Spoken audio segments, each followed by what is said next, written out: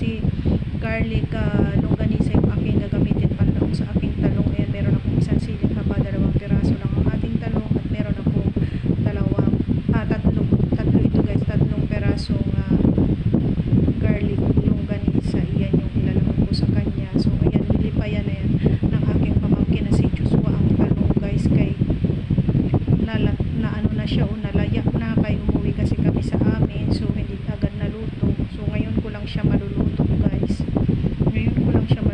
ayan. So masarap pa din yan guys, kahit ganyan masarap pa din yan. So i-adobo ko lang ito guys, i-adobo ko lang to. So ang wala lang dito na hindi ko na inilagay guys na sangkap is mantika at kaunting tubig lang kasi ang gagamitin ko dito guys sa pag-adobo ko ng talong. Syempre ang paminta natin madami yan guys, so kunti lang, tansya lang kayo guys paglagay ng paminta, depende sa gusto nyo yan.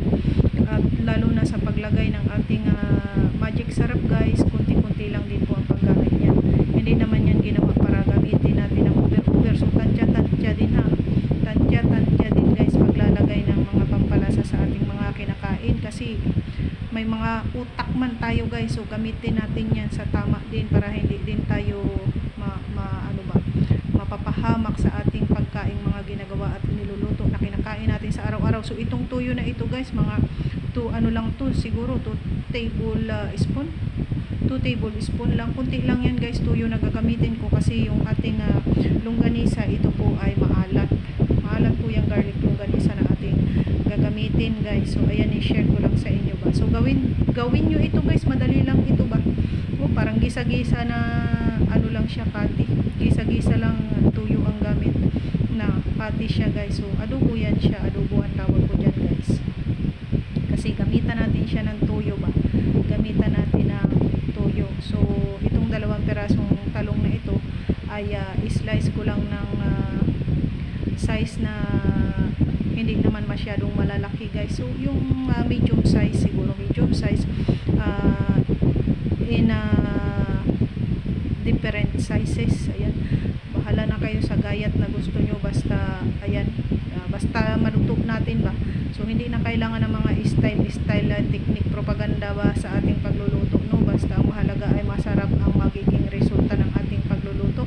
Ayan, at syempre kung bago ka pa lang sa aking channel, kaya naman huwag mong kalimutang mag-subscribe and then click the bell button, select all para lagi kang updated sa mga susunod ko pang upload na video.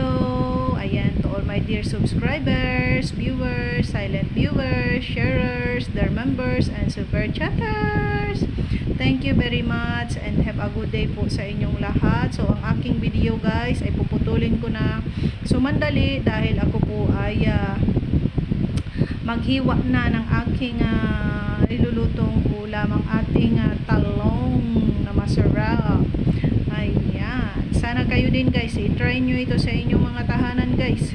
So kahit anong gusto nyong lahok, pero kung kaya nyong masundan itong mga ginamit ko dito guys, mas mainam, kasi ang resulta niyan napaka sarap, 100%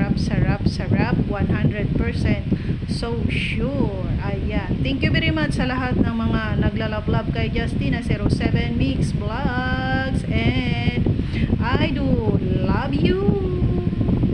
Thank you very much guys. Hanggang dito na lang po ang ating video. Have a good day everyone, and thank you for watching. Bye for now.